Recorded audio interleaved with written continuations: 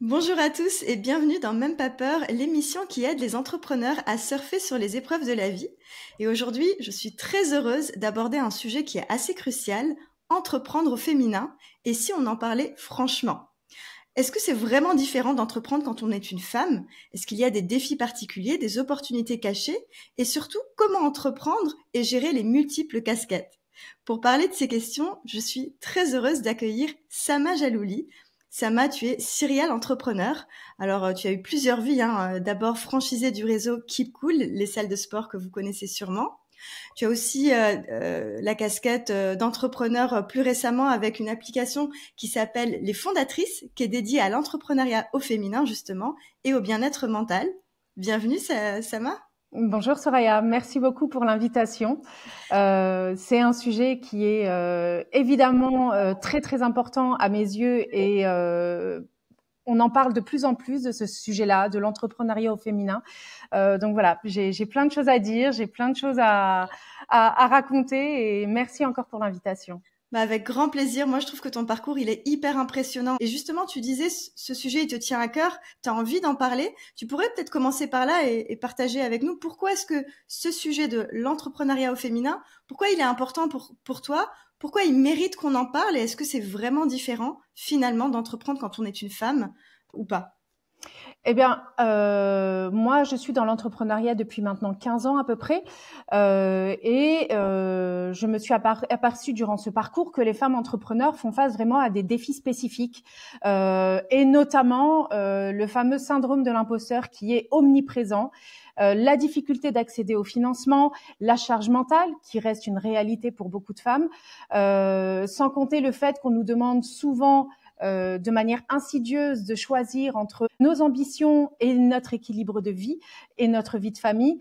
Mais au-delà de ces différents défis qui existent aujourd'hui chez les femmes entrepreneurs, l'entrepreneuriat féminin, ça peut être un vrai levier d'émancipation.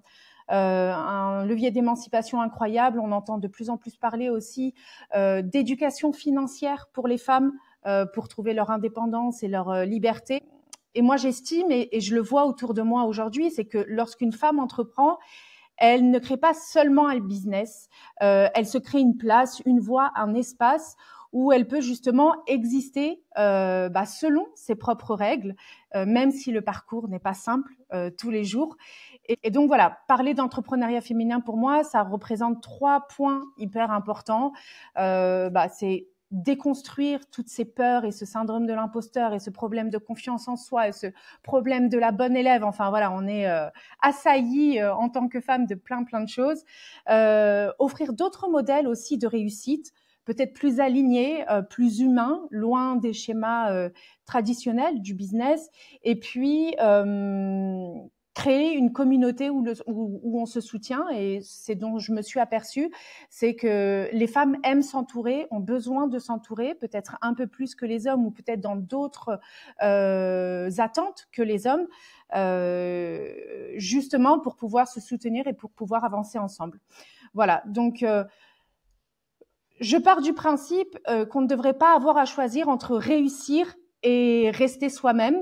Et je pense que aujourd'hui, et avec tout ce qui est fait aussi autour de l'entrepreneuriat féminin et avec les femmes qui se lancent de plus en plus et qui assument aussi de plus en plus leur parcours, on peut ouvrir d'autres voies que celles qu'on a toujours connues.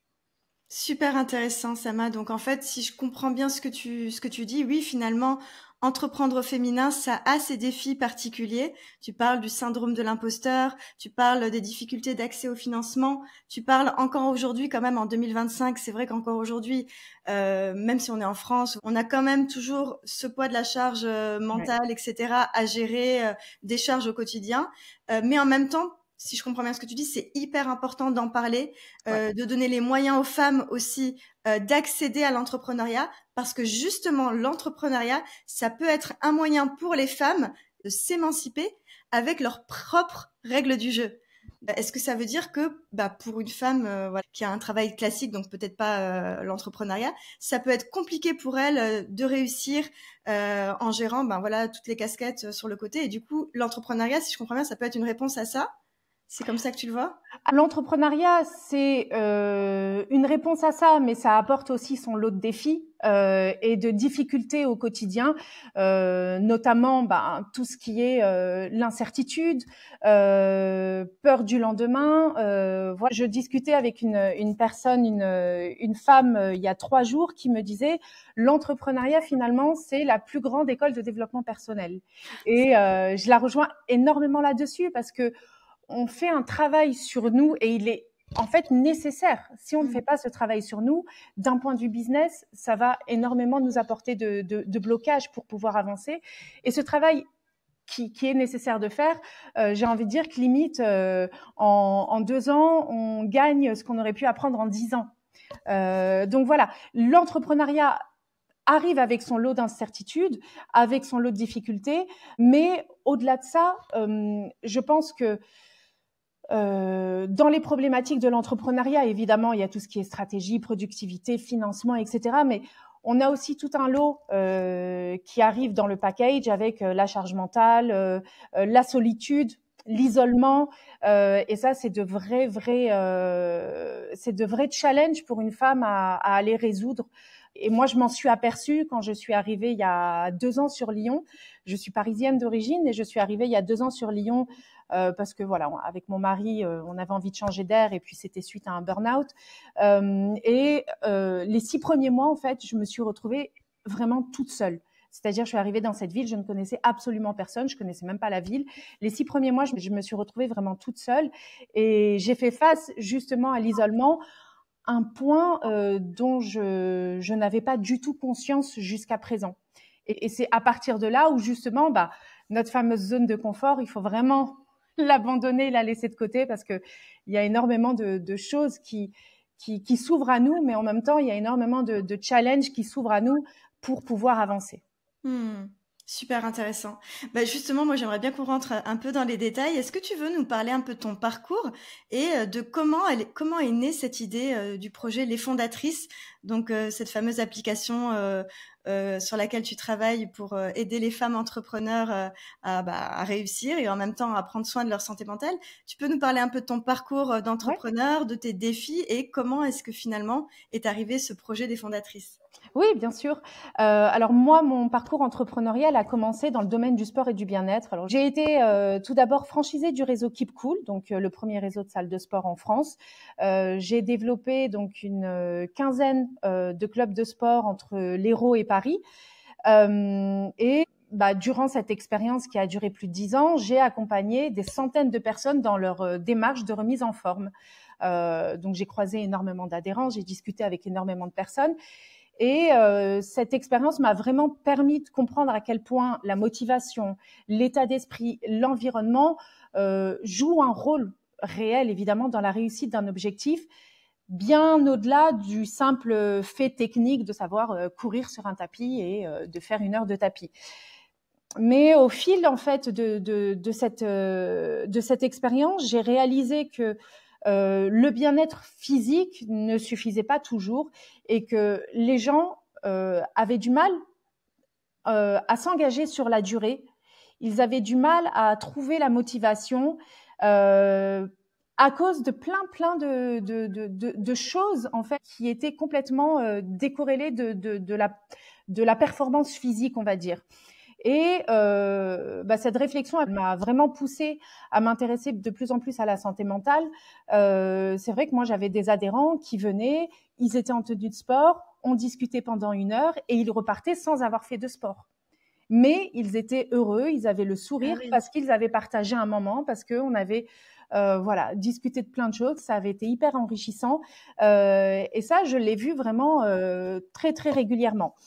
En 2021, moi j'ai fait un burn-out comme beaucoup de personnes et évidemment avec ça un chamboulement sur ma vie en fait tout court. Et je me suis aperçue que j'avais eu énormément honte d'en parler, qu'il y avait énormément de préjugés autour de ce sujet-là.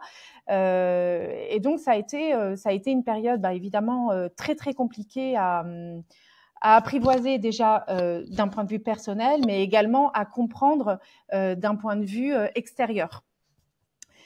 Et quand je me suis relancée dans des nouveaux projets entrepreneuriaux, voilà, j'ai retrouvé ces mêmes problématiques autour justement du bien-être mental, sur tous les blocages dont on parlait. Et ces éléments, ils sont souvent les freins à la réussite. Parce qu'on peut avoir la meilleure expertise du monde, si mentalement il y a des choses qui nous bloquent, malheureusement on n'arrivera pas à avancer, ou on avancera beaucoup plus lentement que ce qu'on aurait pu faire. Et donc c'est ainsi qu'est né deux projets en parallèle. Donc les fondatrices, cette fameuse application où justement moi je souhaite vraiment que les femmes puissent, d'un point de vue aussi bien technique que mental, avancer sur leurs projets entrepreneuriaux à travers vraiment tout un programme qui va les accompagner à travers une communauté, à travers du mentorat. Mais également Genuine, donc c'est un réseau de femmes entrepreneurs que j'ai créé sur Lyon, qui justement accompagne donc les femmes entrepreneurs lyonnaises à travers des rencontres physiques, à travers des échanges, du partage, de la connexion. Et donc aujourd'hui, voilà, moi je suis à 1000% engagée dans l'entrepreneuriat féminin parce que je trouve qu'il est d'une richesse extraordinaire et qu'on a plein de choses à apprendre de toutes ces femmes. Super intéressant, super intéressant. Donc du coup, si je résume un petit peu ce que tu as dit, en fait, voilà, tu étais entrepreneur sur Paris, c'était ça au Oui. départ? Donc voilà, avec le réseau Keep Cool, les salles de sport, etc. Non seulement tu commençais à te rendre compte que finalement les gens qui venaient faire du sport, oui, ils cherchaient à être en forme physiquement, mais souvent c'est pas la seule chose qu'ils cherchaient finalement. C'est une forme de bien-être qui va au-delà du physique. Il y a aussi un bien-être mental. Et en parallèle, du coup, tu parles de burn-out. Tu as fait un burn-out en 2021. Du coup, tu t'es arrêté un petit peu. Comment ça s'est passé? Est-ce que, déjà, comment tu t'es rendu compte que tu faisais un burn-out? Comment est-ce que tu as pris la décision? Peut-être parce que c'est pas toujours évident quand on est en burn-out d'arriver à prendre des décisions, d'arriver à s'arrêter et en plus à reconstruire un nouveau projet. Enfin, ça a l'air de demander beaucoup d'énergie. Comme ça, comment ça s'est passé pour toi cette phase-là? Alors, il m'a fallu beaucoup de temps, je le cache pas. Alors, au niveau des signes, des premiers signes du burn-out, ça a été beaucoup de fatigue. J'étais très renfermée sur moi-même. J'ai pris 30 kilos. Donc voilà, il y avait des choses qui étaient invisibles et il y en a d'autres qui étaient beaucoup plus visibles. Que voilà, j'ai toujours essayé de maintenir. Et donc voilà, il y a eu énormément d'éléments qui, au fur et à mesure, se sont collés les uns aux autres. Alors, j'ai pas pris la décision de m'arrêter. J'ai pris plutôt la décision de partir. Voilà, de partir et justement de me lancer dans un nouveau. Alors, il m'a fallu du temps aussi pour me lancer dans ce nouveau projet, c'est-à-dire qu'il m'a fallu au moins un an et demi pour savoir exactement quel chemin j'allais prendre et quel chemin me correspondait. Donc voilà, ça a été un long travail.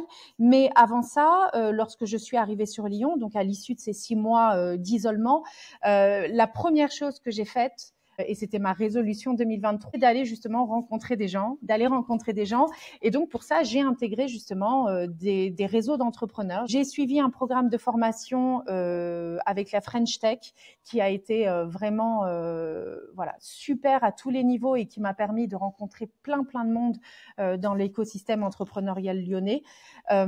J'ai ensuite intégré un incubateur féminin où là justement j'avais au départ une autre idée de projet, alors tout autour de la santé mentale également. Voilà, je voulais créer le premier réseau de salles de clubs en santé mentale, un peu comme les salles de sport, mais autour de la santé mentale. Donc c'est un super projet et voilà, un jour ou l'autre, j'y reviendrai.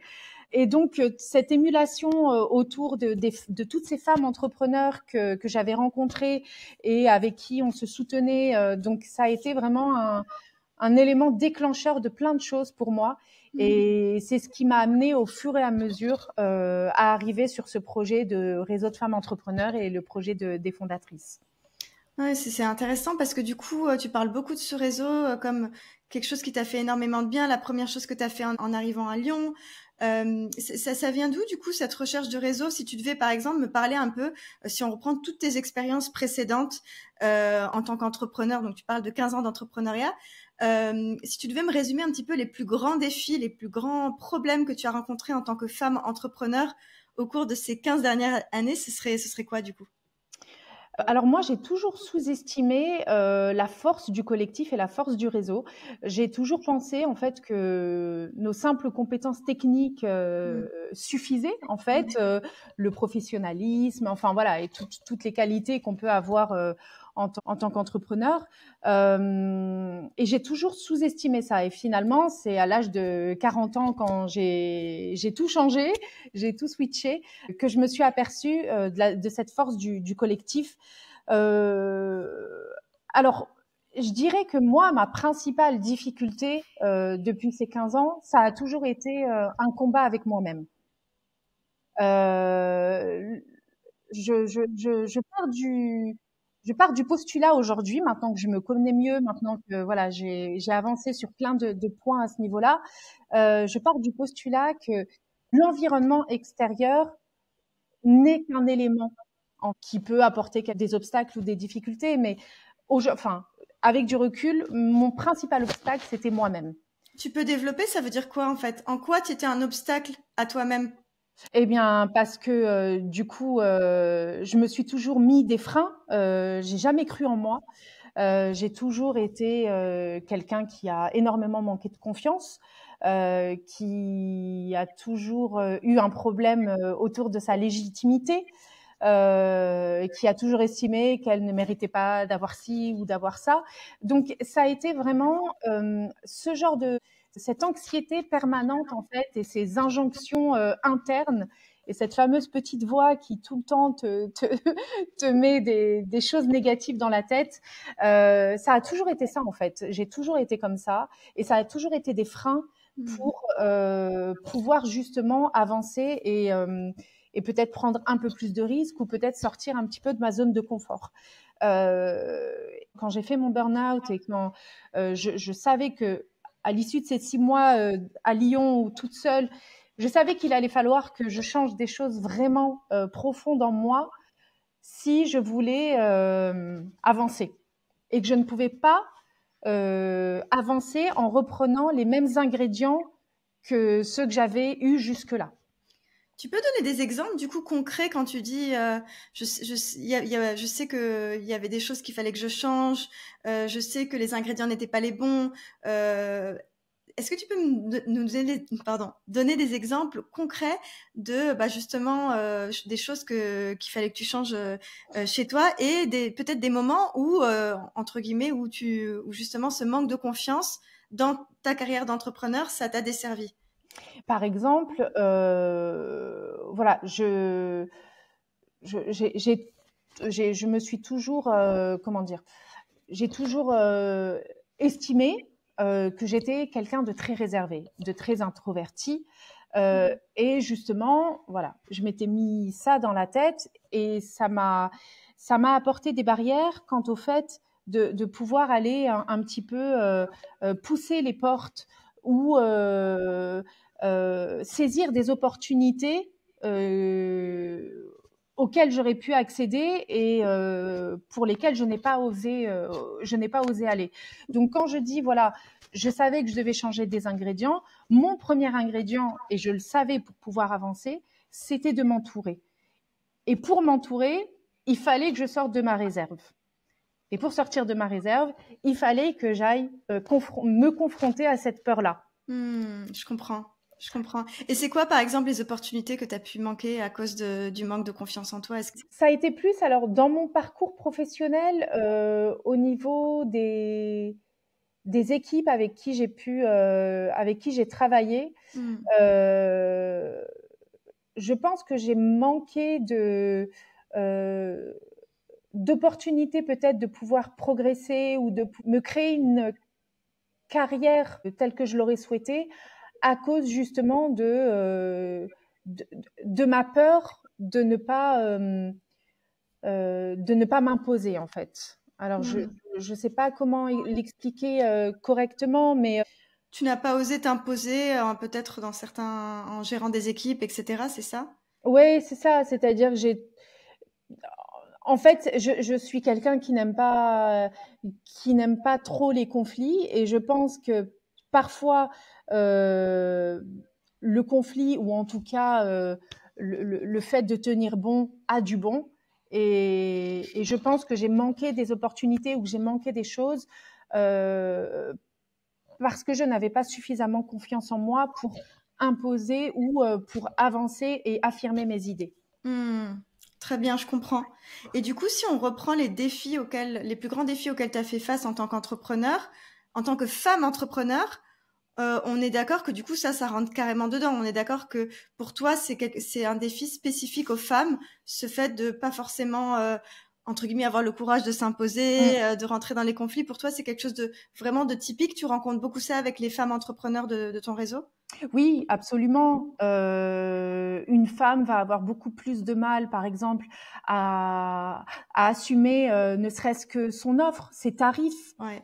Une femme a beaucoup plus de mal à vendre, à prospecter. Donc ça, c'est des peurs qui sont très inhérentes aux femmes. Mmh. Et effectivement, elles ont peur de déranger, elles ont peur d'être trop ci, d'être trop ça, ou de n'être pas assez ci ou pas assez ça. Et justement, moi, mon plus grand défi, ça a toujours été, voilà, celui de me sentir légitime. Mmh. Euh, et j'ai vraiment compris que travailler cette partie était essentiel à ma progression et à mon évolution. C'est une condition, je pense, sine qua non de la réussite entrepreneuriale, mais le travailler fait aussi partie du chemin entrepreneurial. Et plus on avance, et plus la confiance vient aussi. Donc, c'est un peu le serpent qui se mord la queue, c'est-à-dire qu'on se dit, je dois être légitime, mais en même temps, pour trouver sa légitimité et sa confiance, il faut aussi se penser et se prendre parfois des retours qui peuvent être déstabilisants, mais qui vont nous faire avancer. Bah, hyper intéressant en tout cas, ce côté, justement quel message t'aimerais faire passer aux femmes qui, un peu comme toi, ont des problèmes pour se sentir légitimes, pour assumer leurs offres, assumer leurs tarifs, oser tenir bon, comme tu dis aussi, par exemple avec un tarif, ça peut être un exemple, ou autre chose. Est-ce qu'il y a un message que tu aimerais leur faire passer, aujourd'hui? Je pense vraiment que les femmes ont des ambitions et des capacités et une richesse extraordinaire. Elles sont hyper résilientes, elles sont bosseuses, euh, elles sont dans l'écoute, elles ont envie de bien faire.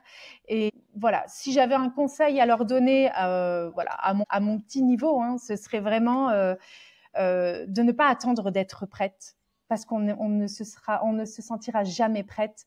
On a juste à se lancer, à ajuster en chemin, même si c'est très difficile. C'est très difficile d'aller se confronter à ses premiers clients, d'aller se confronter à ses premières critiques, d'aller se confronter à ses premiers refus. Ça, c'est vraiment un challenge aussi psychologique et mental à braver. Mais j'ai souvent vu, et moi j'en suis la première, de me dire, voilà, je n'ai pas cette qualification, donc je vais aller passer un diplôme, ou je vais aller me former à ci, je vais aller me former à ça. Et c'est vrai qu'alors, j'en rigole souvent avec mon mari, parce qu'il a été d'un énorme soutien depuis toujours, hein, dans mon parcours, et on travaille depuis des années ensemble aussi. Il travaille d'ailleurs sur les fondatrices, sur toute la partie digitale. Donc, il m'accompagne énormément dans mes projets. Et un jour, il m'a dit, mais tu vas passer combien de diplômes au juste? Combien de diplômes tu vas passer? Et ça m'a fait rire, parce que effectivement, à un moment ou un autre, on se dit, bon, et ça nous rassure d'être dans la théorie, ça nous rassure de passer ces diplômes, ça nous rassure de nous former, mais le meilleur enseignement et la meilleure école, c'est d'aller sur le terrain et de se confronter à des choses évidemment dont on n'a pas envie, mais qui sont essentielles et primordiales et suffisantes en fait pour le projet qu'on monte. Donc voilà, je dirais qu'on n'a pas besoin d'être parfaite pour avancer, pour réussir et pour se lancer. C'est un super message et ça me fait sourire parce que même quand je te demande est-ce qu'il y aurait un message que tu voudrais faire passer aux femmes, tu me dis alors avec mon petit niveau, tu vois. Là aussi, tu vois, tu n'oses pas te dire. C'est un super message et je pense effectivement que ça va résonner dans beaucoup de femmes. Donc en gros, le message c'est foncez. C'est Faut pas ça. attendre d'être parfaite pour foncer. Non, mais c'est super. Et effectivement, je pense que le sentiment de légitimité, oui, c'est carrément quelque chose qu'on remarque souvent Ah ouais. dans le parcours entrepreneurial des femmes. Est-ce que outre ce problème de légitimité, est-ce qu'il y a d'autres défis particuliers aux femmes en fait Voilà, toi, tu as eu 15 ans quand même d'entrepreneuriat et aussi de vie à côté. Est-ce que voilà, dans ces 15 ans, il y a eu d'autres difficultés que toi, en tout cas, en tant qu'entrepreneur, tu as vécu et aussi que tu retrouves aujourd'hui chez les femmes de ton réseau? Alors, ce qui est intéressant autour du sujet de l'entrepreneuriat féminin, c'est qu'on a une prise de conscience grandissante sur l'importance de soutenir l'entrepreneuriat féminin. Donc, on a des programmes qui se développent, on a du financement, des initiatives dédiées aux femmes et même aux jeunes femmes. Moi, je suis bénévole dans l'association 100 000 entrepreneurs. Et par exemple, en mars, j'ai une intervention sur la sensibilisation autour de l'entrepreneuriat féminin. Donc, je trouve que c'est très, très important de faire passer le message que, en tant que femme, on a le droit de s'imaginer chef d'entreprise, on a le droit, voilà, d'avoir ces ambitions-là. Et donc moi, je trouve super toutes ces choses qui sont faites et toutes ces initiatives qui sont faites autour de ça. Et ce qui me rassure aussi, c'est qu'on entend de plus en plus aussi parler de la santé mentale de l'entrepreneur. Donc on a des experts qui interviennent sur ce domaine, et tu en as reçu voilà dans tes précédents podcasts. Donc voilà, je pense que en tant que femme, on a vraiment une carte à jouer en étant nous-mêmes, sans avoir besoin de se déguiser ou sans avoir besoin d'être autre chose que ce qu'on est, et sans reproduire des schémas dépassés. Et du coup, sur les défis principaux des femmes en tout que tu as rencontrés toi et aussi que les femmes te remontent sur le terrain outre ce manque de légitimité, qu'est-ce que tu noterais? Il y a des clichés autour de l'entrepreneuriat féminin. C'est que une femme, elle va entreprendre par passion et pas pour faire du business. Alors on peut totalement et heureusement aimer ce qu'on fait, mais en même temps avoir envie de réussir financièrement. Ça, c'est deux choses qui ne sont pas contraires. En tout cas, je vois pas pourquoi elles le seraient chez les femmes. Très bien. Les femmes, on dit aussi que les femmes peut-être prennent moins de risques, notamment sur la question du financement. Là, il y a une vraie différence entre les hommes et les femmes par rapport à cette question. Et pourtant, il y a des chiffres qui montrent que les femmes ont des résultats très très intéressants et au niveau de la viabilité d'une entreprise, etc. Donc, et puis, une femme qui réussit, elle a de la chance. C'est un peu, voilà, c'est un peu de la chance.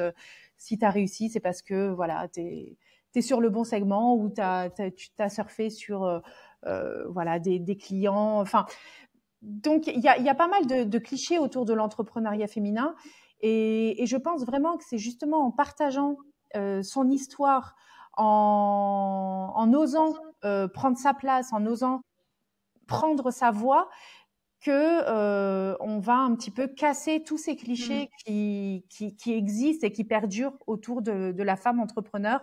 Voilà, moi, on m'a déjà dit si tu fais ça, c'est un caprice en fait. Enfin, un caprice, un caprice avec des risques financiers, un caprice avec voilà. Donc c'est pas aussi simple que ça. Et je pense que on est beaucoup plus réfléchi que parfois ce qu'on veut nous laisser penser. Hyper intéressant. Et justement, en parlant de clichés, est-ce que c'est cliché si on aborde la question justement de la charge mentale et des rôles multiples de la femme entrepreneur? Est-ce que si on commence à parler de ce sujet, si je te dis, bah oui, mais en tant que femme, on gère encore beaucoup le foyer, que ce soit voilà les tâches ménagères à la maison, les enfants parfois s'il y en a, la santé aussi. Hein, ça pour le coup c'est pas cliché. Hein, il y a eu plusieurs études qui montrent que souvent s'occuper de la santé des proches, c'est souvent la femme. En fait, c'est souvent des femmes qui sont soit aidantes, qui s'occupent de leurs parents, de leurs enfants, etc.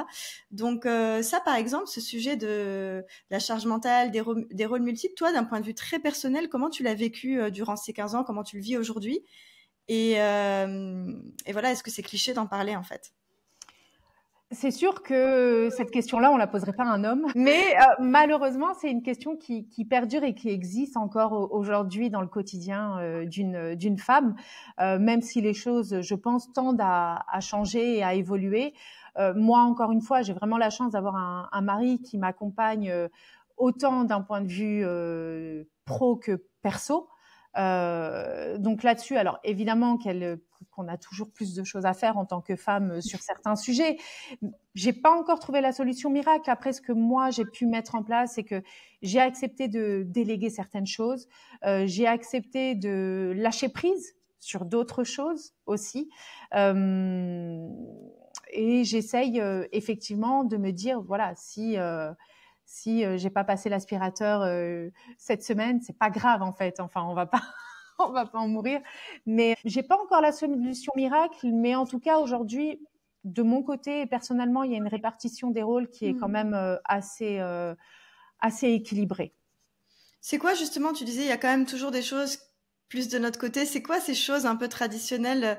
Désolée, je pose la question vraiment exprès, mais c'est parce que je pense que c'est quand même important d'en parler aussi, parce que clairement, les femmes qui nous regardent et qui peut-être pensent à se lancer dans l'entrepreneuriat, je parie qu'elles se posent ces questions justement de est-ce que je pourrais gérer tous les fronts? Tu vois ce que je veux dire?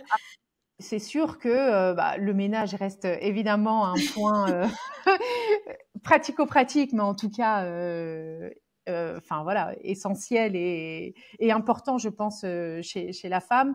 On a toute la partie, si on a des enfants, toute la partie scolaire, l'administratif, les factures, enfin voilà, toutes ces parties-là qui sont assez chronophages, évidemment, c'est quelque chose qui, je pense, incombe encore beaucoup aux femmes. Donc l'éducation des enfants, je pense aussi, voilà, dans la gestion des devoirs, etc. aussi incombe beaucoup aux femmes. Moi, c'est vrai que l'année dernière, il y a vraiment des moments où j'ai dû jongler entre justement la création de mes projets et ma vie de maman, qui a été un véritable défi parce que voilà, j'ai entamé un parcours de procréation médicalement assistée, voilà, où en ayant 42 ans, il me restait pas beaucoup de temps en fait pour rentrer dans les cases du système médical français, et du coup voilà, en un an, j'ai dû faire 6 anesthésies générales, j'ai dû faire 7 protocoles FIV, donc avec toutes les piqûres et tout ce qui va avec.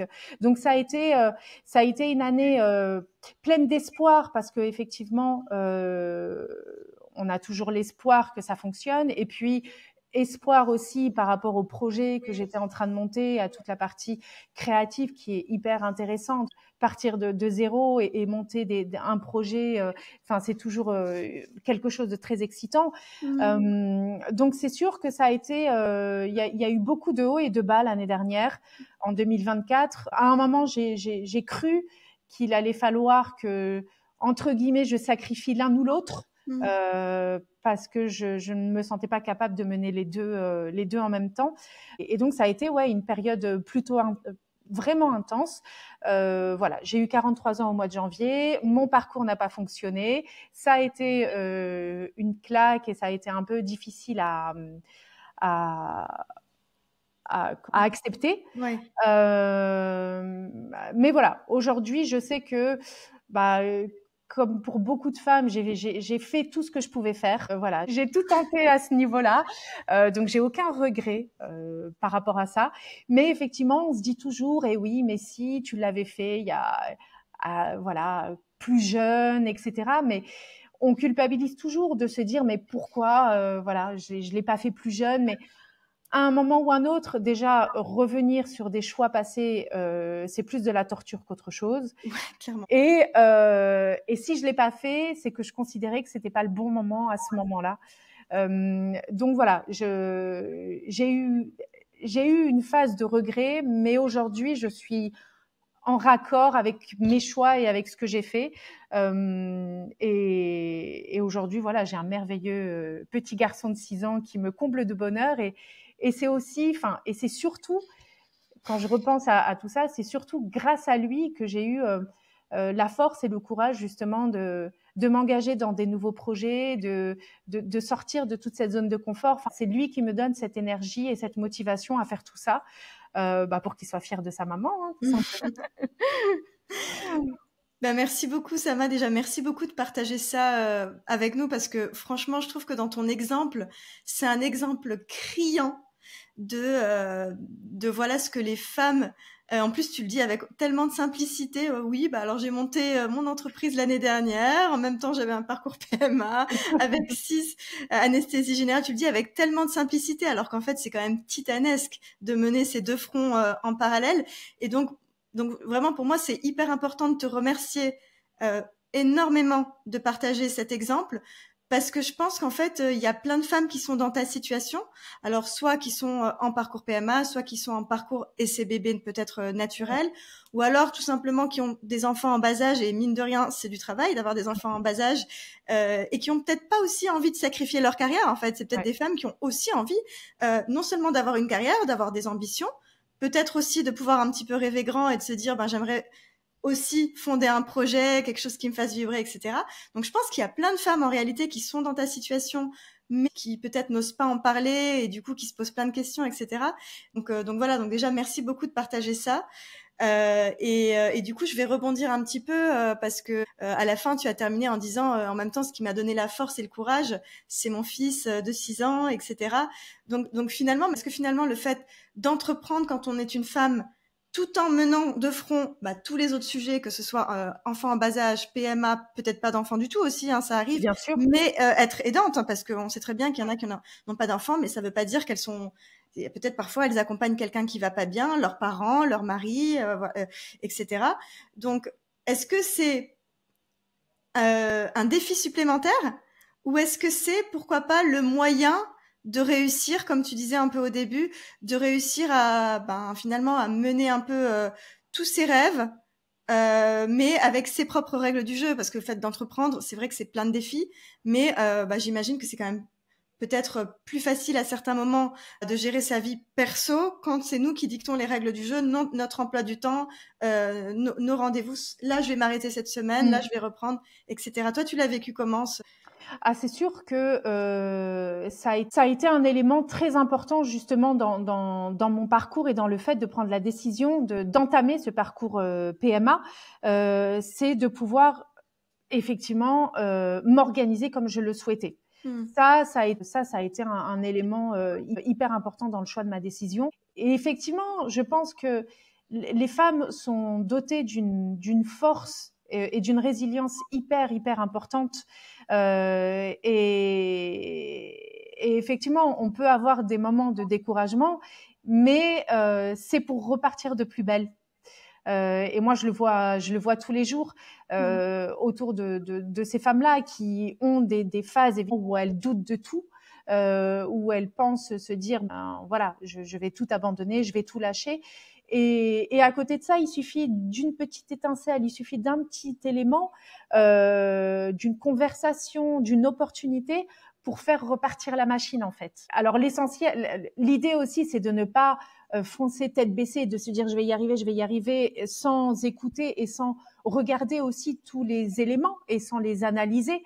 Parfois, c'est bien de foncer, d'autres fois, c'est bien de se poser, d'étudier un petit peu ça, d'analyser aussi, voilà, quelle stratégie on a mis en place, est-ce que ça fonctionne, est-ce que ça fonctionne pas, pour pouvoir modifier, rectifier. Et justement, c'est là où le réseau est hyper important. C'est, voilà, quand on a ces moments de doute, c'est de se dire, voilà, de présenter ce cadre-là et avec des personnes de confiance, qu'elles soient là pour nous dire, moi, je pense que le chemin que tu prends actuellement n'est peut-être pas le bon parce que si, et voilà, moi, ce que je pourrais te conseiller, etc. Donc, je, pour moi, il est important en tant qu'entrepreneur d'avoir un socle solide sur lequel on peut s'appuyer, que ce soit en tant que famille ou en tant que ami et ami entrepreneur, ou en tant que coach ou mentor. Donc évidemment, voilà, savoir s'entourer, c'est aussi une vraie qualité entrepreneuriale.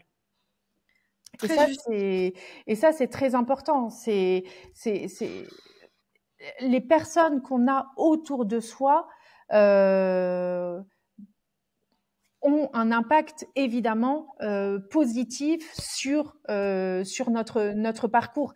Et voilà, je le redis, la capacité de s'entourer, c'est une qualité entrepreneuriale.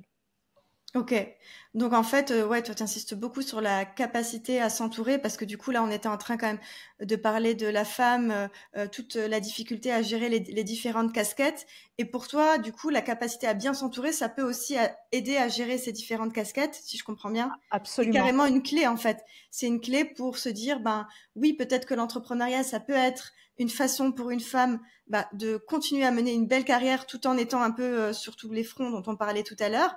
Et pour toi, la clé, c'est vraiment de bien s'entourer à la fois personnellement et professionnellement. Absolument, absolument, et de pouvoir, voilà, aller demander de l'aide quand on en a besoin. Ça, c'est aussi très important, de ne pas s'entêter à avancer vers un chemin où on sent qu'on n'a pas d'issue. Donc, demander de l'aide, demander des conseils, aller en chercher aussi à travers des personnes ou oser même aller au culot sur une voilà si une personne qu'on a voilà qu'on a rencontrée ou qu'on a vue sur LinkedIn et qui nous paraît hyper intéressante dans notre projet, voilà, oser aller tout comme toi tu as osé et tu m'as contacté voilà sans et moi je trouve ça super à travers ton podcast, ça te donne l'énergie aussi d'aller contacter des personnes que tu ne connais absolument pas et leur présenter ton projet et voilà, les faire adhérer aussi à ton projet, à ta vision. Donc, je trouve ça génial parce que ça te pousse en fait ce que tu n'aurais peut-être pas fait d'un point de vue plus personnel. Enfin voilà, aller contacter quelqu'un sur LinkedIn que tu connais pas pour lui proposer d'aller boire un café. Enfin, alors que là, le projet porte des opportunités et te pousse à aller en chercher. Exactement. Non, mais super intéressant. Moi, j'avoue que je fais ça assez facilement. J'aime bien aller Ouais, parler aux gens, demander aux gens de me raconter leur vie. Mais c'est vrai que d'un point de vue entrepreneurial, ça peut être une super qualité, en fait. Parce que c'est comme ça aussi qu'on peut commencer à se faire un réseau. exactement. Très très bien. Et du coup, si on revient à ton parcours personnel, est-ce qu'il y a, tu vois, par exemple, quelque chose que tu aimerais dire à la Samad il y a peut-être 10 ans, tu vois, s'il y a quelque chose que tu ferais différemment, peut-être, qu'est-ce que ce serait? J'aurais beaucoup de choses à lui dire. J'aurais beaucoup, beaucoup de choses à lui dire. Mais tout simplement, je lui dirais, ouais, fais-toi confiance. Toi aussi, tu mérites d'avancer. Toi aussi, tu mérites voilà, de faire porter, de porter tes ambitions et toi aussi, tu peux y arriver. Est-ce qu'il y a quelque chose que tu ferais différemment dans ton parcours finalement? Je pense que je referai la même chose parce que le plus important pour moi aujourd'hui, c'est d'en avoir tiré les leçons et d'en avoir tiré les enseignements. Et je pense que si je n'avais pas eu ce parcours-là, eh bien peut-être que j'en serais pas à monter ces projets qui me passionnent aujourd'hui. Donc non, je ferai rien différemment. Je suis juste contente et heureuse d'avoir pris l'opportunité d'en tirer les bons enseignements. Et c'est quoi les bons enseignements justement? Bah, les bons enseignements, c'est vraiment la même chose. C'est d'oser, d'oser avancer, d'oser faire les choses, d'oser lancer ce fameux réseau de femmes entrepreneurs qui représente pour moi toutes les peurs que j'ai pu avoir depuis toutes ces années, depuis toute petite, sur le fait de pas me sentir encore une fois légitime, sur le fait de pas me sentir très intéressante, sur le fait de pas me sentir confiante. Donc aujourd'hui, ouais, ce que je fais aujourd'hui représente c'est peut-être aussi un genre de guérison sur toutes les peurs que j'ai pu avoir depuis toute petite. Et aujourd'hui, voilà, j'ai réussi à mettre le doigt sur ce qui a toujours été douloureux à l'intérieur.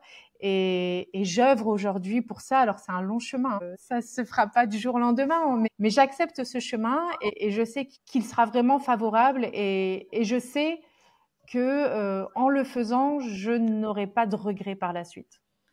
C'est beau, c'est très très beau. Merci pour ta réponse.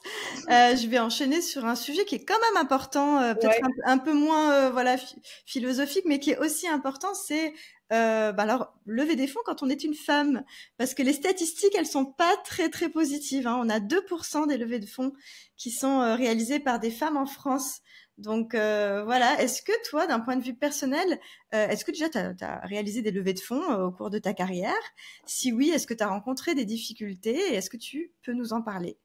Alors, levée de fonds, si c'est alors levée de fonds tel qu'on l'entend avec des VC, etc., non. Levée de fonds à travers des financements, voilà, bancaires, etc., oui.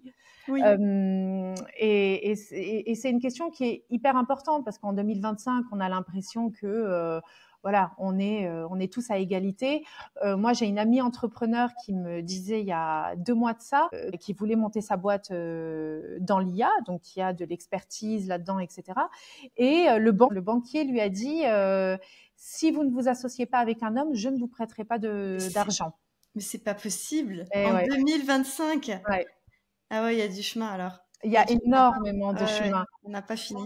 Ah non, on n'a pas fini. On n'en est qu'au début, je pense. On n'est pas sorti de l'auberge. Non, mais c'est en parlant et c'est à travers des rôles modèles aussi de toutes ces femmes qui lèvent des fonds, qui se battent pour ça et qui prennent la voie que les choses vont changer, vont évoluer et c'est super d'en parler parce que c'est aujourd'hui l'une des problématiques premières de la femme entrepreneur. La femme entrepreneur, quand elle se lance ou quand elle construit sa boîte, en règle générale, elle va faire avec ses petites économies, avec elle n'osera pas aller chercher des fonds pour se lancer, elle n'osera pas, et les statistiques le montrent. Elle va mettre l'argent qu'elle a de côté, elle va l'investir, et puis finalement, les choses ne vont pas aussi vite qu'elle l'aurait imaginé, et elle se retrouve un petit peu prise au dépourvu. Donc, il y a une réalité effectivement très réelle aujourd'hui, d'un point de vue très personnel et côté femme entrepreneur, parce que aujourd'hui, elle n'a pas encore le mindset qui favorise aussi le fait d'aller chercher des financements. Et puis côté effectivement organisme, où là on a un vrai parcours du combattant au niveau du financement, au niveau du financement des femmes. Et comme tu le disais, il y a seulement 2% des levées de fonds en France qui sont réalisées par des femmes. Ce qui est juste hallucinant aujourd'hui. Pourtant, il y a tellement de boîtes portées par des femmes. Après, il y a des choix aussi. Enfin, c'est des choix aussi de certaines de ne pas aller faire de levée de fonds pour garder la maîtrise à 100% de leur boîte. Donc, c'est des stratégies qui sont peut-être un petit peu différentes entre les hommes et les femmes. Très bien. Est-ce que tu as un conseil pour les femmes qui justement cherchent à lancer leur boîte et qui ont besoin de lever des fonds, que ce soit traditionnellement ou même plutôt à travers des banques, etc.? Je dirais de ne pas attendre le projet parfait, parce que le projet ne sera jamais parfait à nos yeux. Et je lisais un article la dernière fois sur le fait que les hommes lèvent des fonds sur une vision, alors que la femme a tendance à devoir prouver que tout est carré avant d'aller pitcher. Et c'est souvent, c'est encore ce fameux syndrome de la bonne élève. Aller chercher du soutien, une fois qu'on estime pouvoir présenter quelque chose, même si le projet n'est pas parfait, aller chercher du soutien dès qu'on a un petit peu de traction, voilà, donc d'intérêt autour du projet par sa cible. Donc, effectivement, bien étudier son marché avant d'aller voir des financeurs, mais ne pas attendre trop longtemps non plus. Et puis voilà, savoir s'entourer de personnes qui vont qui vont nous aider dans cette démarche-là, à monter le bon business plan, à favoriser l'attraction, à aller chercher ou à aller viser notre cible. Donc, c'est vraiment, voilà, si je devais donner un conseil, c'est vraiment ne vraiment pas rester seul. Bah, encore une fois, c'est le même conseil, c'est savoir s'entourer, c'est ce que tu disais, hein. Ouais. Avant de terminer l'épisode, on va parler un peu santé mentale aussi, parce que Ouais. c'est quand même ton projet, hein, finalement, les fondatrices, c'est un peu concilier performance et santé mentale pour les femmes entrepreneurs. Tu nous as parlé effectivement pourquoi ce sujet te tient à cœur, parce que voilà, tu sais c'est quoi l'épuisement professionnel, t'es passé par là, t'as pu repérer les premiers signes, et du coup, maintenant que tu es de nouveau entrepreneur, comment est-ce que tu fais pour te relancer dans une nouvelle aventure et pour allier finalement performance sans refaire les mêmes erreurs que dans le passé, c'est-à-dire sans te brûler les ailes? Est-ce que d'un point de vue, est-ce que tu as une discipline? Est-ce que tu as des petites choses que tu mets en place? Est-ce que tu as des... Voilà, comment ça se passe pour toi? Alors, je suis en work in progress. Tout le monde. Voilà. J'ai fait le choix déjà de partir de la ville pour m'installer un peu dans la verdure. Et là, je dois dire que ça m'a fait beaucoup, beaucoup de bien. Super. Voilà, donc pur Paris, j'adore Paris, j'habitais dans le 17e, voilà, je suis fan absolue de Paris, mais effectivement, voilà, j'ai ressenti le besoin d'aller me rapprocher un petit peu de la nature. Donc ça a été un élément qui m'a fait beaucoup, beaucoup de bien. Et du coup, voilà, je fais mes 30 minutes de marche par jour comme recommandé et j'avoue que la marche, voilà, moi c'est quelque chose qui m'apporte beaucoup. J'ai aussi pas mal de moments, j'essaye de m'accorder des moments de déconnexion aussi parce que c'est vrai que voilà, on est tellement sollicité sur le téléphone, donc c'est pas toujours évident. Donc voilà, j'adore le digital. J'accompagne avec une de mes boîtes des startups dans leurs projets digitaux, donc je suis fan de digital, mais je sais aussi qu'il faut savoir s'accorder ces moments de déconnexion. Et puis même chose, en arrivant à Lyon, j'ai essayé de me recréer un réseau, voilà, un espace de soutien et d'échange avec pas forcément des femmes entrepreneurs, mais voilà, des personnes autour de moi qui habitent dans mon environnement, et ça fait beaucoup de bien aussi de pouvoir savoir qu'on peut se soutenir et échanger quand on en a besoin. Donc voilà, j'ai aujourd'hui ces trois choses-là qui me portent beaucoup. Parfait. Et du coup, quand est-ce qu'on pourra la télécharger, Sama? Alors, on est en plein sur la conception de l'application avec la recherche des experts qui vont intervenir, etc. Donc, j'espère fin 2024 pouvoir 2025, pardon. Je suis déjà lancer la V1 de l'application. D'accord. Bah écoute, super. En tout cas, nous, on a hâte. Moi, en tout cas, j'ai hâte d'avoir l'application. Et juste pour conclure, est-ce qu'il y a un message de fin que tu aimerais adresser à toutes les femmes qui sont en train de se lancer comme entrepreneurs? J'aimerais leur dire, voilà, qu'elles ont le droit d'y aller, qu'elles ont le droit de réussir, qu'elles ont le droit d'assumer leurs ambitions, et voilà, qu'on a autant notre place que n'importe qui, et voilà, de ne pas chercher à tout faire parfaitement, Ouais. et juste avancer. C'est en avançant que les opportunités arriveront, c'est en avançant que la confiance arrivera, c'est en avançant que la légitimité se fera. Donc simplement avancer, même si ça fait peur. C'est génial, ça. Avancer même si ça fait peur. Et moi, ce que je retiens en tout cas de l'émission, c'est entourez-vous bien. J'ai Ouais, l'impression que c'est aussi la clé du succès. ouais. Donc, entourez-vous bien. Je prendrai soin de mettre dans le descriptif de l'épisode des liens vers des réseaux de femmes qui pourront vous aider. Et puis, merci à tous. En tout cas, n'oubliez pas de suivre l'émission Même pas peur sur YouTube et sur Instagram pour ne manquer aucun prochain épisode. Sama, merci beaucoup. C'était Merci vraiment un beaucoup. plaisir. J'espère qu'il y aura d'autres épisodes et peut-être même d'autres projets, on ne sait jamais. Oui. À bientôt. Au revoir. Merci, au revoir.